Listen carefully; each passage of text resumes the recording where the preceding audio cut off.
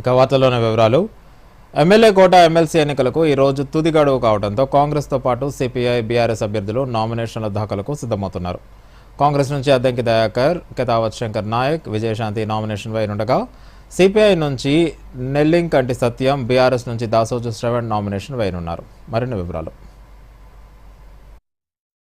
1998లో బీజేపీలో చేరడం ద్వారా సినీ రంగం నుంచి రాజకీయ జీవితంలోకి అడుగుపెట్టిన విజయశాంతి 2009లో తల్లి తెలంగాణ పేరిట పార్టీని ప్రారంభించారు. అదే సంవత్సరం పార్టీని అప్పటి టీఆర్ఎస్లో విలీనం చేసినా ఎక్కువ రోజులు టీఆర్ఎస్లో ఉండలేకపోయారు. 2023 శాసనసభ ఎన్నికల ముందు కాంగ్రెస్ కండువా కప్పుకున్న విజయశాంతి ఎన్నికల్లో విస్తృత ప్రచారం చేశారు. దీంతో ఆమె సేవలను గుర్తించిన అధిష్టానం ఎమ్మెల్సీగా అవకాశం కల్పించింది. ఎమ్మెల్యేగా పోటీ చేసే అవకాశం దక్కకపోయినా ఎమ్మెల్సీ టికెట్ ఇచ్చి అద్దంకి దయాకర్ను తగిన గుర్తింపు ఇచ్చింది కాంగ్రెస్ పార్టీ. తెలంగాణ ఉద్యమ కాలంలో కాంగ్రెస్ పార్టీలో చేరిన అద్దంకి దయాకర్ పదవులతో సంబంధం లేకుండా పార్టీకి సేవ చేస్తున్నారు. ఆయన సేవలకు గుర్తింపుగా ఎమ్మెల్సీ టికెట్ ఇస్తామని ఇచ్చిన హామీ మేరకు అవకాశం ఇచ్చింది. ఎస్టీ కోటాలో ఎమ్మెల్సీ సీటు దక్కించుకున్న కెతావత్ శంకర్ నాయక్కు మిర్యాలగూడ, హుజూర్ నగర్, నాగార్జున సాగర్ గిరిజన తండాల్లో పట్టుంది.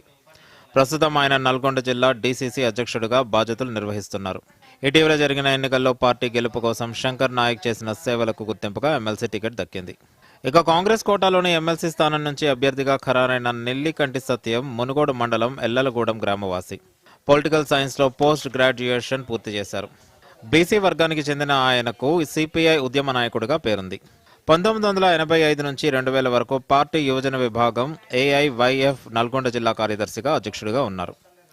2010 నుంచి 2016 వరకు మునుగోడు మండల కార్యదర్శిగా, 2016 నుంచి నల్గొండ జిల్లా సిపిఐ సహాయ కార్యదర్శిగా, 2020 నుంచి జిల్లా కార్యదర్శిగా ఉన్నారు. ఇక బీఆర్ఎస్ నుంచి పోటీ చేస్తున్న దాసోజు శ్రవణ్ తెలంగాణ రాష్ట్రానికి చెందిన తెలంగాణ ఉద్యమకారుడు. మాజీ విద్యార్థి నాయకుడిగా, సామాజిక కార్యకర్తగా, విద్యావేత్తగానే కాకుండా కన్సల్టెంట్గా, కార్పొరేట్ ఎగ్జిక్యూటివ్గా గుర్తింపు ఉంది. ప్రస్తుతం బీఆర్ఎస్లో సీనియర్ నాయకుడిగా ఉన్న శ్రవణ్ గతంలో పాలిట్ బ్యూరో సభ్యుడిగా, బీఆర్ఎస్ పార్టీ అధికార ప్రతినిధిగా కూడా పనిచేశారు. Bureau report, Doordarshan news.